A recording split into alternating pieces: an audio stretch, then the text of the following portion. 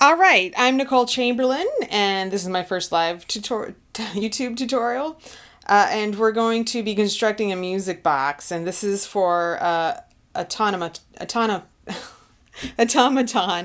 that I was commissioned by Brian Smith, and now I'm building his music box. So what I got is the Wingstore music box, 30-note music box. This is what comes in the mail. You just get the metal part, some scrolls, the hole punch, and some screws. That's it. So you can actually use the music box without a resonator, but it's not very loud. So what we're going to do is affix it to a resonator. So I got this box. I got it from Michaels. You can construct your own. This is a good size. In an automaton, there's some thumping. So I am using it for this. So what I'm going to do is affix this part to the box. So we're going to go ahead and do that. Now I have some pre-drilled holes that line up to these holes here. I made sure that I had enough crank space so I'm not shaving any knuckles off while I'm doing this. So let's get to it. I'm going to try my best. I'm actually going to drill these one more time because I didn't get a very good drill the last time. I don't think my bit is big enough, but I'm going to try that again. Oof, that isn't good. Drilling is not my specialty. Okay, so now I'm going to go ahead and try to screw these in. Now, I can only find 3 screws in my package. Either I lost one, which is probably more of the case, or it only came with 3. I think I remember it coming with all 4 when I built my old one for me. So the likelihood is that I lost it. So I will have to run to the hardware store at some point before I give this to Brian. So let's see if I can make this happen. So I'm going to screw this one in. Maybe.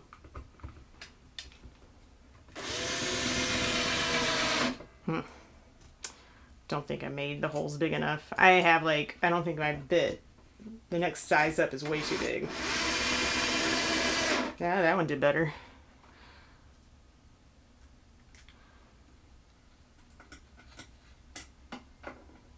Aha. Ah, all right, that one's good. All right, so good enough. It's on there. Everything's cranking. Great. Okay, so the next is the fun part, which is the scrolls and actually getting the music in there. So you'll see there's letters. So we got C. So it's set up like a globe map or a globe. So our latitude is the pitch names, and then the longitude is the time. So let's deal with the pitch names first. So we got our C, our G, and so forth. And then, you'll see the sharps are actually to the left of the letter names, which isn't standard practice for most musicians. It's usually the right. So this can get very confusing. Sometimes I'll draw a line to make sure I'm on the correct line space. Now, the other thing is that there's lines that run longitudinally, and there's solid lines and dash lines. I like to use the solid lines as the downbeats and the dash lines as the upbeats. It's all relative. You can spin, crank the music box as fast as you want to get the correct time. But I'm going to use downbeats as solid, upbeats as dashed, and anything in between has to fall in between. So the next thing is I'm going to take my music. Now, here's the thing. Is that, let me open up my original score here because I forgot what key it was in. I've already started working on other pieces and I've forgotten what was what. Okay. So the original, the key is C. C major is the concert pitch. So unfortunately the note names here are not concert pitch. This instrument actually, I have to write it in the key of G in order to get my first note out, which is a concert D pitch. I have to use A. So just be aware of that if you're going to use music boxes to play with other instruments. You have to transpose. Okay, so what I'm going to do is I have this hole punch. And I don't know if you can see in the light, the punch is actually the top notch here. This is just, bottom line is for a guide if you want more space. And the top notch, you won't be able to see it here. There are crosshairs to help you line up a little bit better on the scroll. So I'm just going to do a couple of notes to get started. But I won't do the whole thing or we'll be here forever. So this is the arrow. That's the starting side. That's the side you want to start to punch from. So I'm going to start with A. So I'm going to find A in the crosshairs, and it's going to be on the down. It's going to be on the downbeat. I usually do this on the desk where I can have that tail under. So I'm at A, quarter note. There's my A. Then I want D and F. It's a quarter note, so I'm going to find my D. And then I want F sharp, so I'm going to use this one, and it's going to be stacked above it. Now, this is a little bit dangerous to do this with directly from the hole punch. And what I usually do is I just write in everything and then I go back with a hole punch. That way, when I mess up, not if I mess up, I can make that happen a little easier and not make mistakes and waste scrolls, even though you get like 500, well, like 20, I think, in the box. So then I'm just going to feed it through and just test to make sure I've gotten the right pitches. So I'll make that sound at the beginning.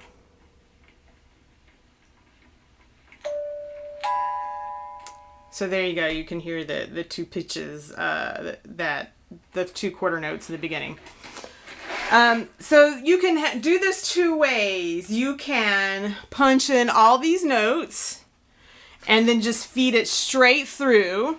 But do know you are going to get that starting in the beginning every time you put it in the music box. So you might want to feed that through before a performance first and then start your performance.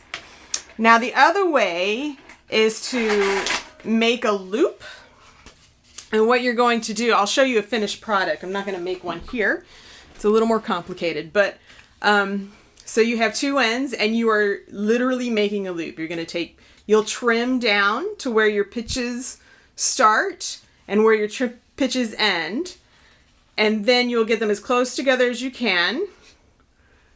And then you will cut, and then you'll have to like tape like this, because if you overlap, it will not feed through the music box. You'll want tip to tip, and then you can use some really thin Scotch tape or clear package tape and kind of tape it together, and then but you want to make sure you do that after you've fed it through.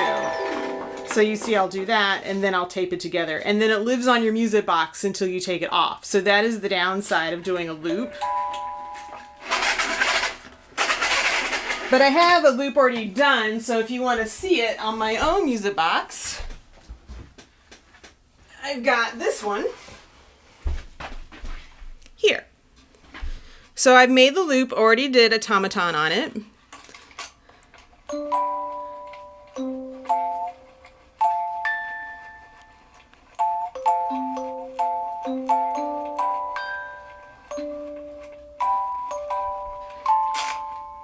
So what I recommend, you can probably hear that there's a little bit of, the tempo is a little wonky. You really need to secure your music box by either holding it, or I've used clamps and clamped it to a table before, and that makes it very, very secure and a lot more consistent in time and tempo. The other thing is that I regret making this loop this small, because there's a lot more resistance. I've done a longer loop in the past, and I'll get my other music box and show that one. And that one I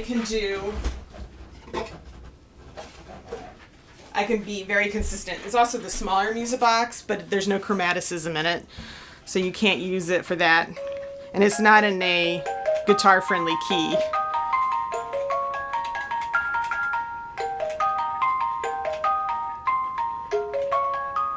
But it's a very long loop, which makes it very flexible and easy for the music box to navigate.